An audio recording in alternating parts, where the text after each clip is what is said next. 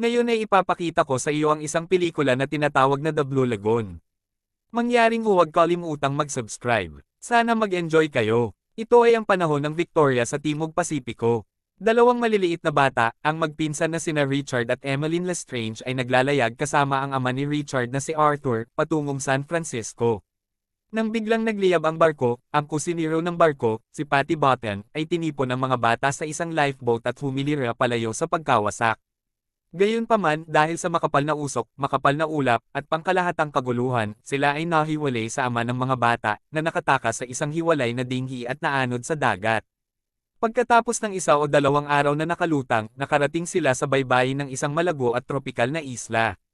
Inaako ni Patty ang responsibilidad para sa mga bata at, sa loob ng hindi matukoy na tagal ng panahon, tinuturuan sila kung paano maghanap ng pagkain at magtayo ng kanlungan, kahit na hindi niya mapigilan ang mga ito na habarin ang kanilang mga kamiseta at tumakbo ng halos kalahating hubad.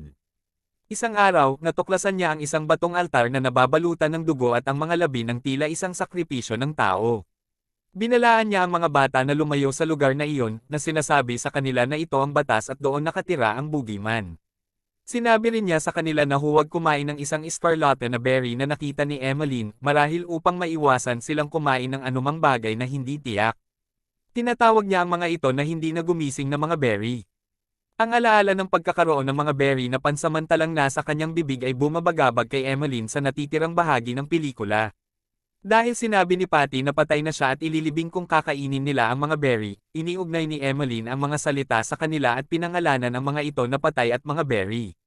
Isang araw, natuklasan ni Patty ang isang barrels ng rum o whiskey na nahugasan sa pampang mula sa lumubog na barko. Siya at ang mga bata ay may kaunting kasiyahan sa gabing iyon, sumasayaw sa paligid ng apoy kahit na si Patty ay lasing na. Kapag nakatulog ang mga bata, kinuha niya ang barrels at lumangoy sa isang mas maliit, malapit na isla. Ang mga bata ay gumising sa umaga at sumakay sa rowboat kung saan nakita nila si Patty na nakahiga sa buhangin. Sa pag-aakalang tulog lang siya, binaliktad nila siya para makitang namatay siya sa lasing. Gumapang ang isang alimango sa kanyang bibig at nawala ng malay si Emmeline. Ibinalik siya ni Richard sa isla kung saan, noong gabing iyon sa kanilang kubo, nakiusap siya na ilayo siya sa lugar na ito. Iniimpake nila ang lahat ng mayroon sila at pumupunta sa kabilang panig ng isla kung saan nakahanap sila ng bagong kahabaan ng dalampasigan na matitirhan.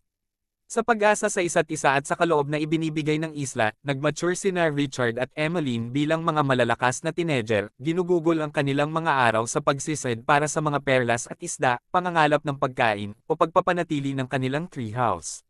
Bagamat ginugugol nila ang halos lahat ng kanilang oras na magkasama,